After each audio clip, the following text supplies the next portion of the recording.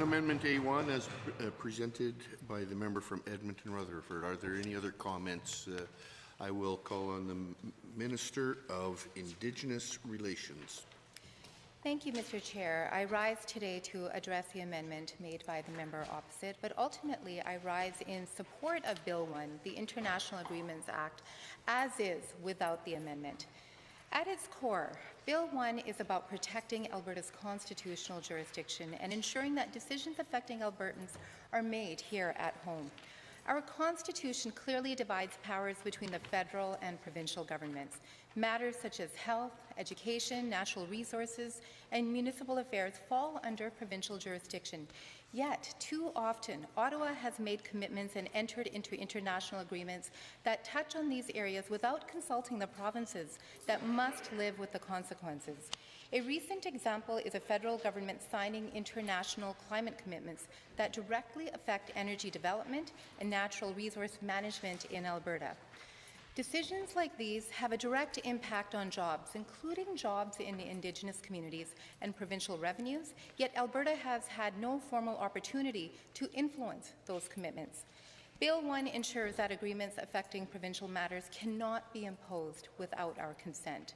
This legislation makes it clear that Alberta will not accept that kind of overreach. International agreements signed by Canada are not automatically binding in Alberta unless a province passes its own legislation. Bill 1 gives Alberta's legislature the authority to determine if and how these agreements apply to provincial matters. And it provides Alberta with a clear, transparent mechanism to decide what applies within our borders. I want to be very clear, Mr. Chair. Bill 1 does not change, alter. Member for Calgary Boular-McCall, Official Opposition House Leader. I rise pursuant to Section 23B.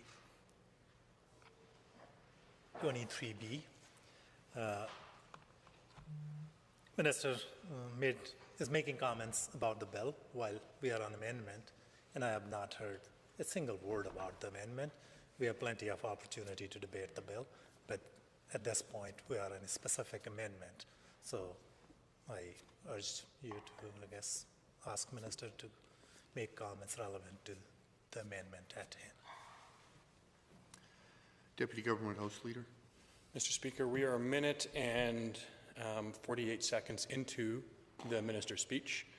She has spoken substantively about the bill as it relates to the amendment, because the bill is the structure which the amendment's trying to change is relevant for the minute and 48 seconds that she has spoken.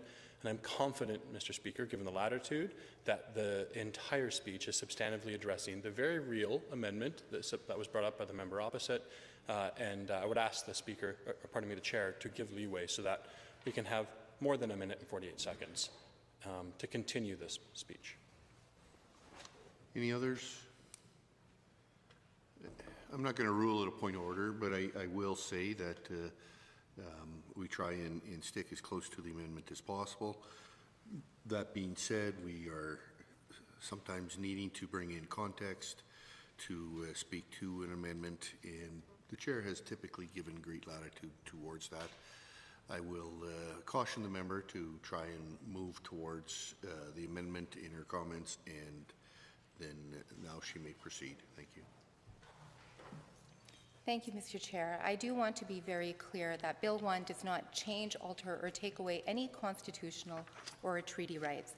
Treaty rights of First Nations, Inuit, and Métis peoples are recognized and affirmed in Section 35 of the Constitution Act 1982. Mr. Chair, these rights are constitutionally entrenched and protected. These rights are not negotiable, and Mr. Chair, these rights certainly cannot be overridden or diminished by provincial legislation or by international agreements. And Bill 1 respects this fundamental principle. Mr. Speaker, the members opposite have suggested adding a non-abrogation and derogation clause to the bill. The proposed clause would state that nothing in the Act removes federal authority over Indigenous peoples under Section 91(24) of the 1867 Constitution Act. It also says that the Act does not affect any existing treaty rights under Section 35. While I completely understand the intent behind these proposals, such clauses are legally unnecessary. Mr. Chair, non-abrogation clauses are meant to state that legislation cannot override constitutional rights. But these rights, including treaty rights, are already guaranteed by the Constitution itself. No provincial law, including Bill 1, can infringe upon them. Similarly, a derogation clause would imply that the legislation might override rights unless explicitly stated otherwise. This simply is not the case. Some may ask whether Bill 1 interferes with federal jurisdiction, and the answer is no. The bill doesn't limit the federal government's ability to conduct foreign affairs or negotiate on behalf of Canada.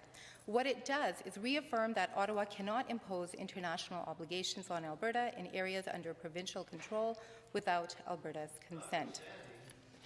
Mr. Chair, Bill 1 ensures that Alberta, rather than Ottawa, decides how international agreements apply to matters under provincial jurisdiction. Not only does it protect our autonomy, it fully respects and preserves all constitutional treaty protections. As such, the proposed amendment is unnecessary and it's redundant and provides no further legal protections beyond what the Constitution already guarantees. Mr. Chair, Alberta believes in a strong presence within a united Canada. This is an Alberta that defends its constitutional and treaty rights, protects its people, and exercises its authority responsibly. Bill 1 delivers on that promise. I urge all members of this Assembly to support Bill 1, the International Agreements Act, as is, without amendment. Thank you, Mr. Chair. Thank you. I will recognize member for Calgary, Boulard-McCall. Thank you, Mr. Chair. My colleague has made arguments about this clause, and it's quite frankly very unfortunate that Minister of Indigenous Relations thinks that non-derogation abrogation clauses are unnecessary and redundant. That is truly shameful. And reason for that is that what this clause does, it's a direction for anyone who is interpreting a law that they not construe the law in a manner that diminishes Indigenous or treaty rights affirmed by Section 35. And just recently, in 2024, federal government included that non-derogation abrogation clause in the Interpretation Act to make sure that any federal law is not construed in a way that diminishes Indigenous or treaty rights affirmed by Section 35. That's right. And I might add that not every federal law will have implication for that. But it's that intent of the legislature that they are giving clear direction to anyone interpreting laws made by the legislature that they never construe those laws to trample on people's treaty rights, to trample on treaties or rights affirmed by Section 35. And for minister to get up and say that this is unnecessary and redundant, I think that's ridiculous. Yep. That should be something unbecoming of someone Minister of Indigenous Relations.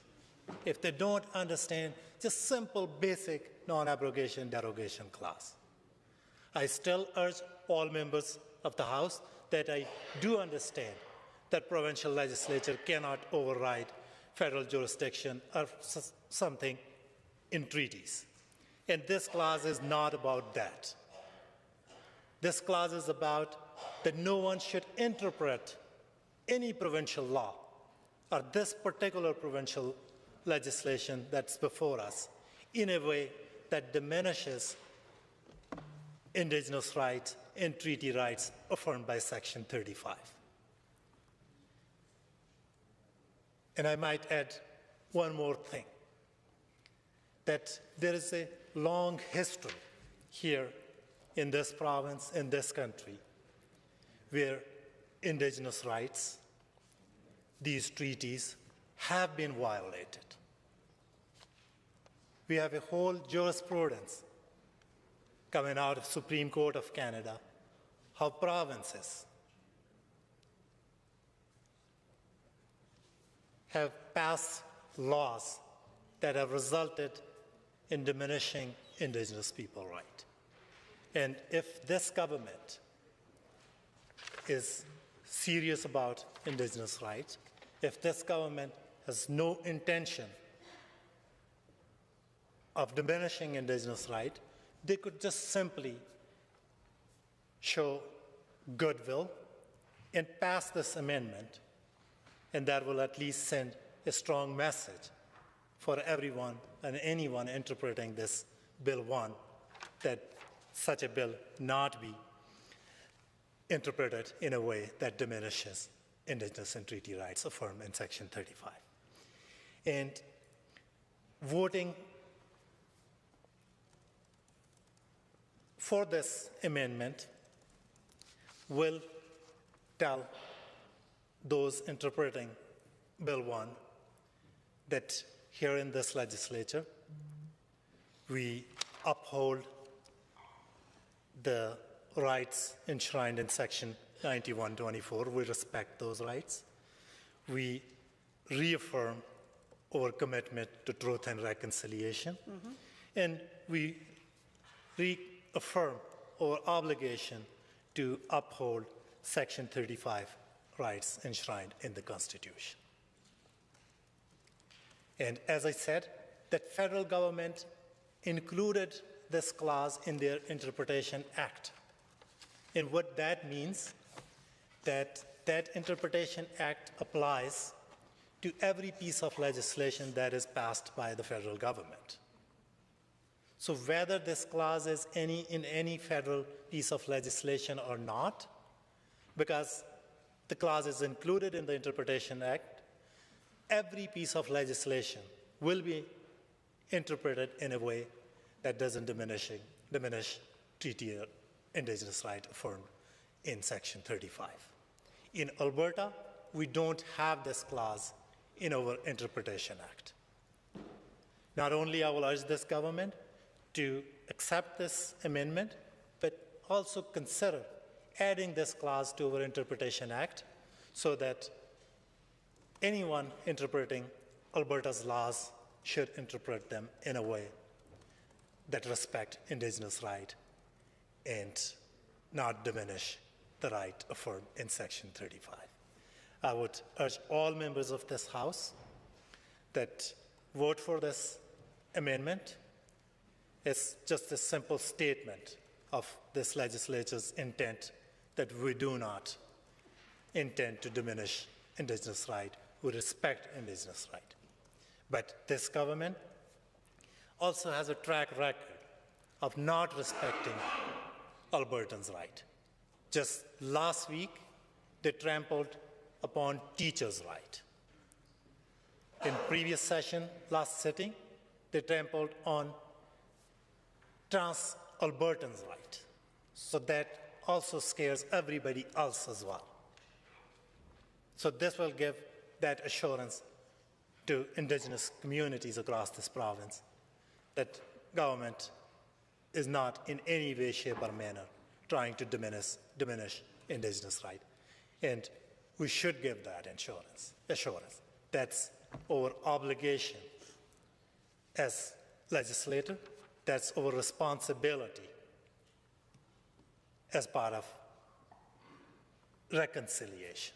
So I urge all members of the House to reflect on your role, think about the importance of this provision, and do not take minister's advice that it's unnecessary or redundant. It is not. It's an important provision that federal government recently added to their Interpretation Act, and government should add to this legislation and down the road consider adding this to Interpretation Act. With that, I urge members to vote for this amendment. Thank you so much. Any other comments on Amendment A1? Seeing none. Having heard the motion as proposed by the honourable member of Edmonton Rutherford to are you agreed? Agreed. Any opposed? No. That is defeated.